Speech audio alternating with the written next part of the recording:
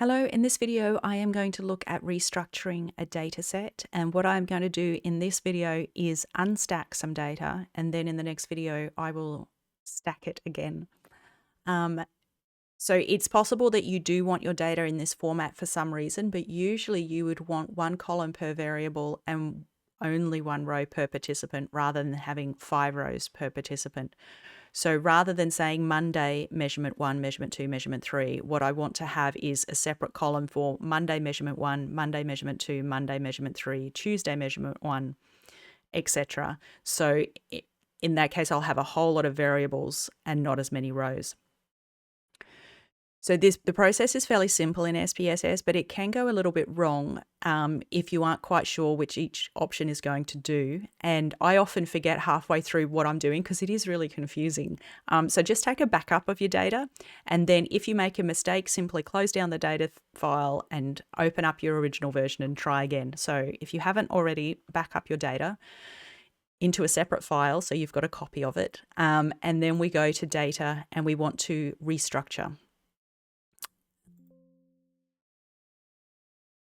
Now we can go from taking variables into cases, and that would be the opposite of what we want to do. That would be if we had everything in the variables and we want to stack them up again, that would be that option.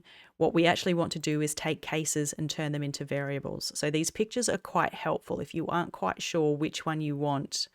Hopefully the pictures help. Otherwise, give it a go and see what happens. And if it doesn't look right, just try again. The identifier variable is how you work out who each person is. And that's hopefully you've got a participant or a case ID. If you don't have that, I think it's advisable to create one. So you can easily create a column where you number each participant. I'm just thinking, actually, if you've got your data like this, you must have an identifier already because you're lining up, you're associating a few cases for each person. So if your data is in this format, I think you must have an identifier variable. If it's in the other format, you may not. So your participant ID, the index variable is how to work out what each of these measurements applies to. So for me, that's my day of the week. That's how I'm going to index each of these measurements.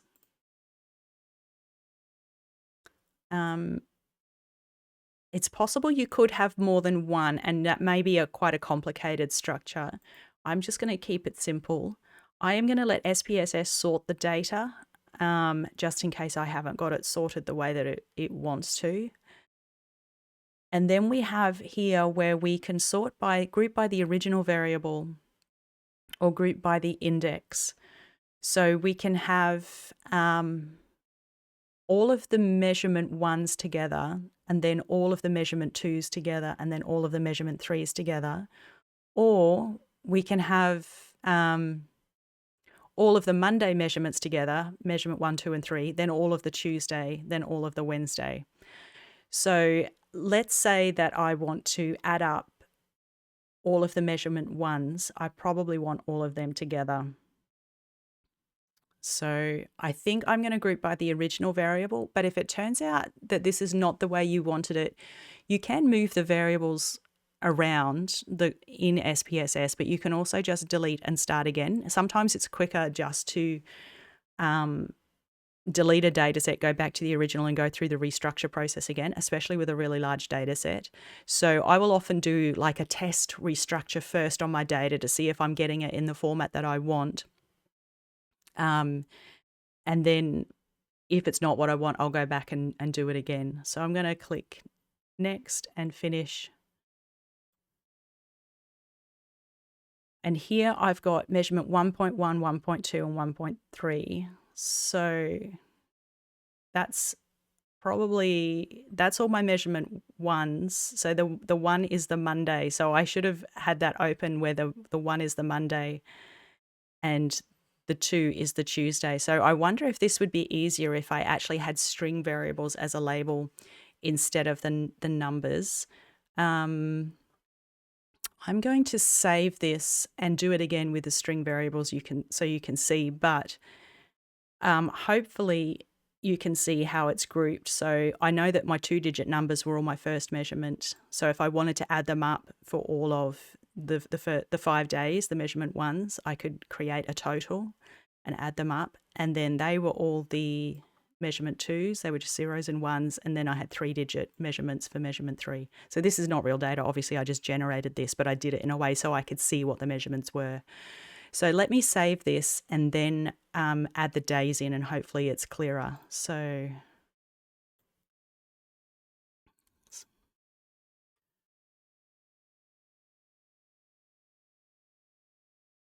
I'll go back to restructure 1. So this is where I've got numbers coded. So if I switch back, you can see that's a code. And what I think I might do is create a string variable.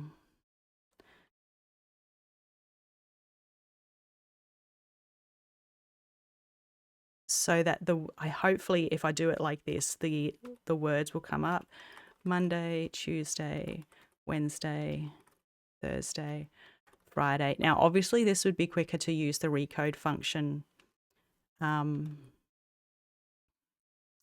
SPSS if I had a big data set, but because I've only got a mock data set, I think it's actually quicker for me to type it out. So let's do that process again and see what happens. Restructure. Yes, save the changes. We're going cases into variables. We've got our participant. We're going to use day 2 as the index and see if that comes out in the title this time. Hopefully it will. And let's group it the other way around, and then we can see what happens if we group it a different way.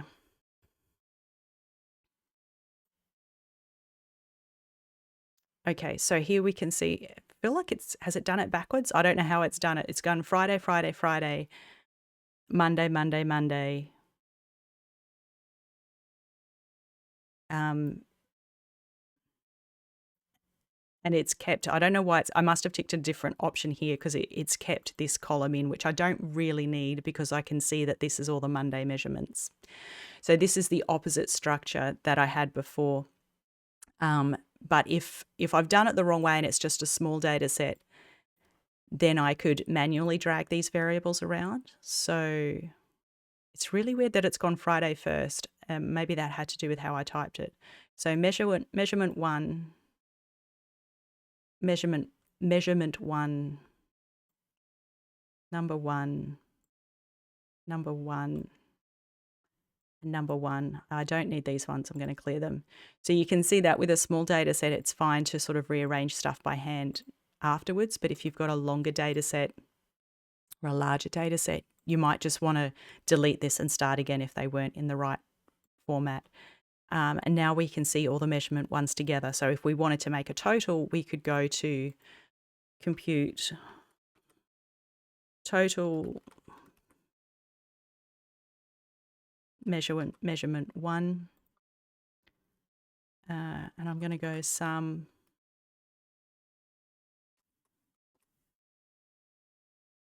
one. Where's a comma? These are not in order, and I need to say that it's really bothering me that I don't have my days in order. Monday, Thursday, Tuesday, Wednesday. Yeah, see, then I can't see when I'm finished. I wonder if I could have selected them all and put them in.